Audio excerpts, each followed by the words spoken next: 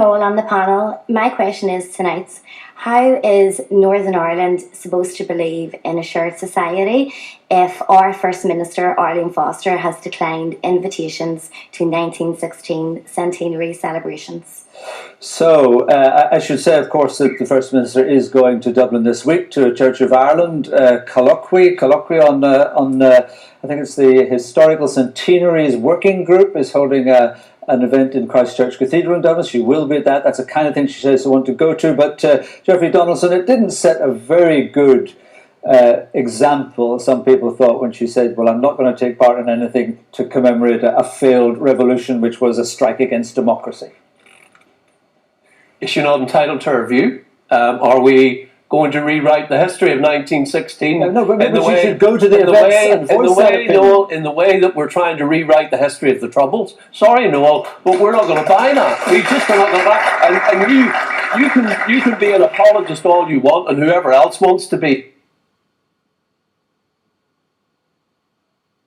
But I am entitled, and Arlene is entitled, to view an act that when people walk in and shoot a policeman in a police station, whether it was in 1916 or in 2016, it's wrong. Yeah, it's immoral.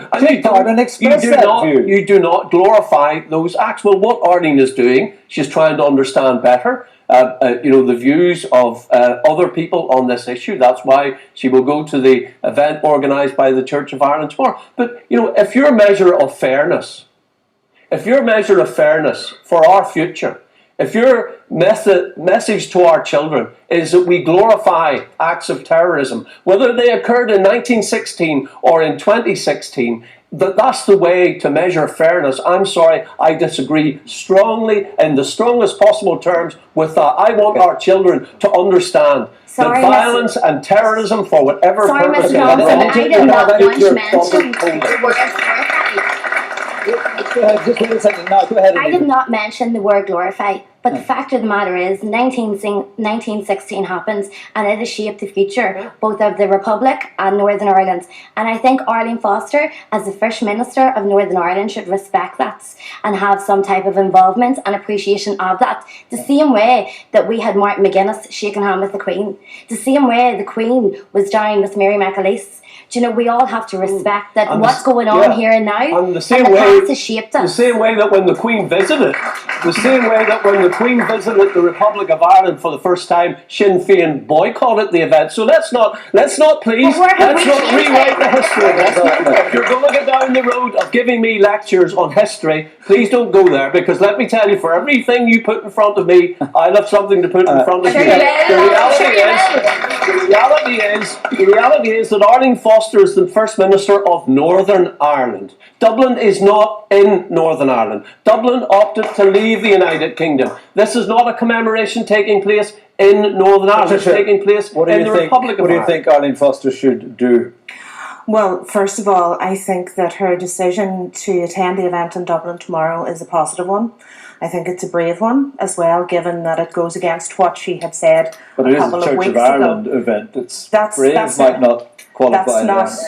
I think that whoever organises the event is irrelevant. The fact that this is an event which is part of a series of events to commemorate the 1916 Rising. It may not be called a commemoration, it may be called a discussion. The fact that she's engaging in the first instance is positive. I think the question was around a shared future and respect for one another's shared and diverse histories. Well, the Easter Rising wasn't terrorism. The Easter Rising was the end of an empire. The Easter Rising was about Irish citizens standing up for self-determination and making that first step towards it. A few Irish citizens. And the beginning, killing a lot of other Irish citizens, and it was the beginning of a movement towards an Irish Republic. So it is something that is dear to the hearts of not only Irish citizens in this part of the island, but Irish citizens throughout the world. Arlene Foster is the First Minister for all of the citizens, and she has a duty as the First Minister for all of the citizens to represent all of the citizens, much in the same way as Martin McGuinness did when he engaged with the Queen, much in the same way as Jeffrey Donaldson does when he represents his constituents, and Jim Allister does when he represents his constituents. It is no different. She has a duty to do that, and she should do it to the fullest extent. I would hardly ask you what you think. I welcome the fact that Arlene is going to attend the event in Dublin. However, Jeffrey didn't answer your question, and that type of antagonistic approach in relation to this debate, and then attempting to reduce it all down to whataboutery, is exactly the wrong way to approach how we jointly celebrate, commemorate, and remember the events of 2016. Because flip it over to the other side, I could make remarks about the imperialist carnage that was evidenced throughout 1916. An event such as the Battle of the Somme, which caused so much human destruction and carnage in the interests of imperialism, which led directly to conditions which gave rise to World War II. Now, I can say that, and that's a fair analysis. I need to understand that there is narrative in relation to understanding events such as the Somme. And I need to be respectful of that narrative, because we have an opportunity in 2016 to actually take two big iconic anniversaries, Easter week and the Battle of the Somme, and on the basis of those distinct narratives of our shared history, begin to explore together in a non-antagonistic way, Jeffrey, and in a reasoned way, how perhaps we can begin to build how we can begin to build a shared culture of commemoration in our society that is based upon mutual respect, parity of esteem, and equality. How do you explain Sinn Féin's boycotting of the Queen's visit? Because at that particular point in time, and we're on the record as explaining this, we didn't feel that time was right, and on the basis of the contribution. So this shared future is dependent on your interpretation. No, it's not, in fact, because what Queen Elizabeth did during that visit was quite remarkable, and she made a huge contribution, in my opinion, to the Irish peace process, and I think has demonstrated in the period since that the English Royal House, in fact, is dedicated and committed to the development of the peace process, perhaps in a way which is far in advance of some of our unionist political representatives. Well, I'm not English, Declan. I'm not English. And you see, this is one of the problems. Declan can't even come to call my Queen anything other than English. She is the Queen of the United Kingdom of Great Britain and Northern Ireland. You know that word, Declan? You can't even come.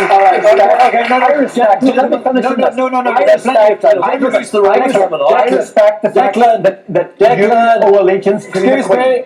You should show equal respect to the fact that I have a different allegiance. Declan, Yeah, of course. there are other people on the panel. Let's have a word from them, shall we? Just for a little change. Jim Alistair. Well, I totally repudiate any equivalence between the 1916 rebellion and the phenomenal sacrifice of the Battle of the Somme.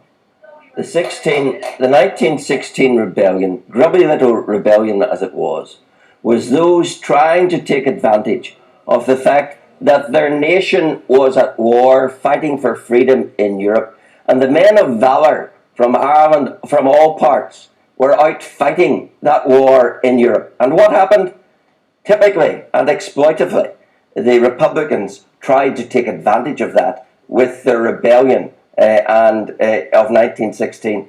But what we saw at the Somme was the valour of men prepared in a cause of honour and freedom for us all that we still enjoy, prepared to make that sacrifice. All right, and I utterly repudiate the attempts to create equivalence. So what should unionists do with regard to the commemorations of the Easter Rising?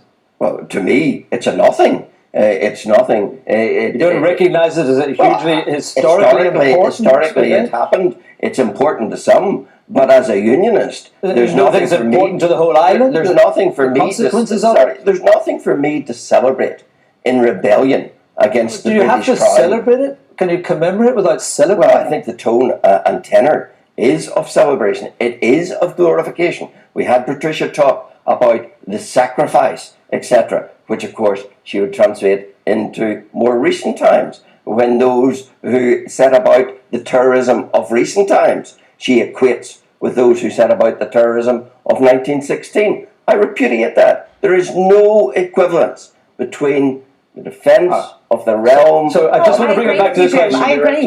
It happened at the Somme and what happened in Dublin. So unionists should just ignore the Easter Rising. Is that what you're saying? Well, I don't see anything to celebrate. I agree. Couple of voices from the I floor. agree Gentleman that in the there's blue, no. shirt. I think it's fair that I should come back to I Jen's will point. let you come back. I just want to get a few voices from the floor. And gentleman in the hoodie there. It's totally ironic of Sinn Féin or anybody else like them to talk about equality or anything like that, given that they've murdered people on the basis of their religion, their politics, and other things. I think also the fact that they talk about a shared space and they can't even let orange men up a road. This is we're nearly 20 years after the Good Friday Agreement. We still have Sinn Féin spurring on tension. We'll have them creating residence groups. They're of course not stopping the people going up the road. Yeah, well, they're objecting to it. Parades Commission is doing yes, that. and the Parades Commission is a puppet for Sinn Féin as far as All I'm right. concerned. Okay, that's right. Gentleman in the jacket, fawn jacket. Yes, sir. I think it's clear we're not going to agree about the Easter Rising tonight, tomorrow night, this year, next year.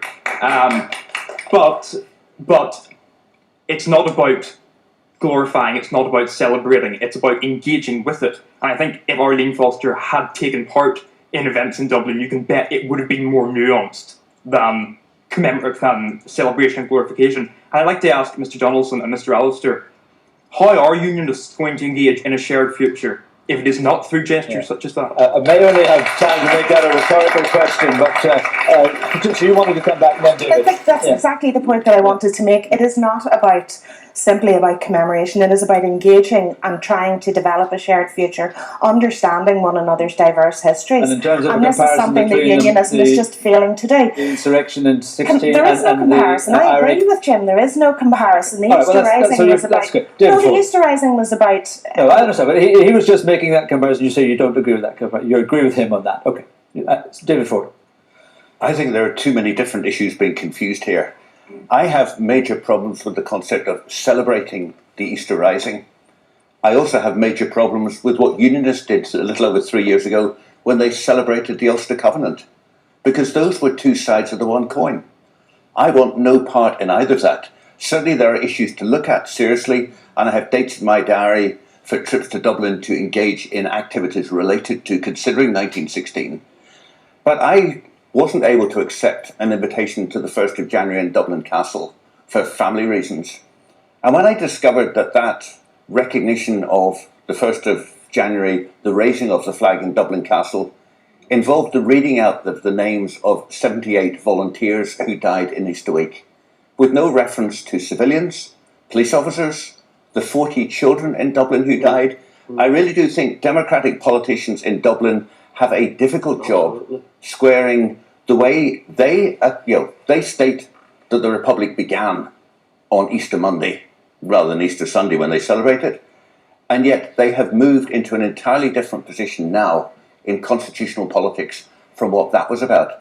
And I think there's a difficulty for squaring that, just the same, frankly, as unionists who celebrate effectively rebellion against the Crown and a seditious document in the Ulster Covenant, and yet who are now constitutional. The Ulster Covenant was an entirely peaceful exercise of people to declare that they They wished would to oppose remain by part of all the kingdom means of which they were, possible into the which will they were of the born. government of the United It was not- Kingdom. It was no comparison with the bloodthirsty events of 1916. It was a seditious document. Okay, just a couple of voices. Yes, sir. Chair, I believe that we should look at the present and the future. There's parties like Jim wants to take us to the past. We can't go there. We have to look at the positives and build on it to get a shared future. If you keep taking us back, we never get forward. All right. Thank you very much indeed. We're moving on. Our next question.